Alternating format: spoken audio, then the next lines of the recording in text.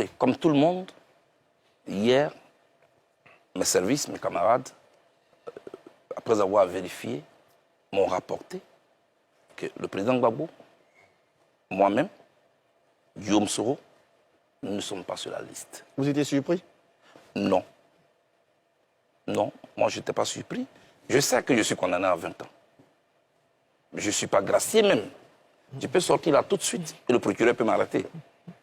Voilà, je suis condamné à 20 ans. On m'a radié de la liste électorale, c'est la conséquence de ma condamnation. Que faire? J'ai pris acte de la décision. J'ai mal, bien sûr. Parce que j'ai toujours considéré cette condamnation comme une condamnation politique. Je ne vais pas revenir sur les détails. Ce n'est pas l'objet de la question que vous m'avez posée.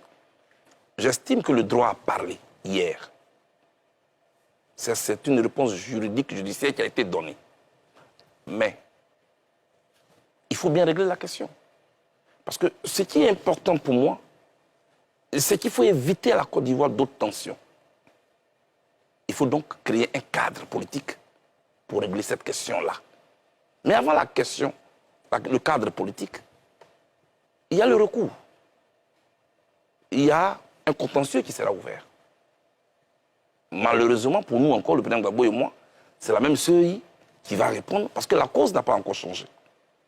Ce que je propose, ce que je demande. Souvent, nous avons vu ici le président Bédié, le président Gbagbo, le président Ouattara s'est rencontré ici à Abidjan. Ensuite, à Yamoussoukro. Et quand ils se sont rencontrés à Yamoussoukro, c'était autour de la remise d'un prix de paix. Moi, je souhaite que les trois elders, comme ils l'ont promis, que chaque fois que besoin sera, ils vont se rencontrer. Je souhaite qu'à ces rencontres-là, on ne prenne pas seulement des photos, mais qu'on règle les problèmes qui risquent d'embraser la Côte d'Ivoire. Je demande donc au président Ouattara, au président Gbagbo, au président Bédié de se rencontrer pour poser ce problème pour qu'il soit réglé. Nous avons intérêt à ce que ce pays soit en paix.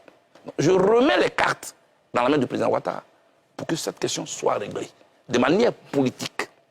Quand il y a une situation comme celle-là, on peut prendre des décisions exceptionnelles. On peut prendre des décisions politiques. La constitution de la Côte d'Ivoire lui donne ce pouvoir. Il peut le faire pour nous tous.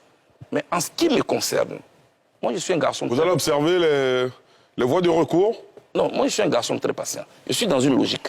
Depuis que je suis arrivé, j'ai été condamné par contumace. Je suis arrivé, vous ne m'avez même pas encore vu emprunter une voie juridique. Parce que je dis, je suis dans une voie de réconciliation. Quand on est dans une voie de réconciliation, ces actes doivent suivre. J'ai été patient, moi. Monsieur Delassouba. Dites-nous. J'ai fait 14 mois en détention, en isolement ici à la DST. Ensuite, on m'a transféré à la CPI, où j'ai fait près de 6 ans de procédure judiciaire. J'ai été acquitté le 15 janvier 2019, à 16h, à Tulle, à 21h45, pendant que mes partisans tentaient de célébrer dehors, on me remettait les menottes. Parce que le procureur a fait appel. J'ai vécu ça. J'ai dû attendre jusqu'en février 2019 pour que je sois libéré. Là encore, j'ai pensé que c'était fini. Je devais attendre 3 ans plus tard pour que le 31 mars 2021, je sois totalement libéré. Là encore, j'ai cru que c'était fini. Je devais attendre 1 an et demi pour obtenir un passeport qu'on obtient en 3 jours. J'ai été patient. Ensuite, j'ai cru que c'était fini. Je devais encore attendre pour que j'ai une date, pour que je puisse arriver. Je suis devant vous.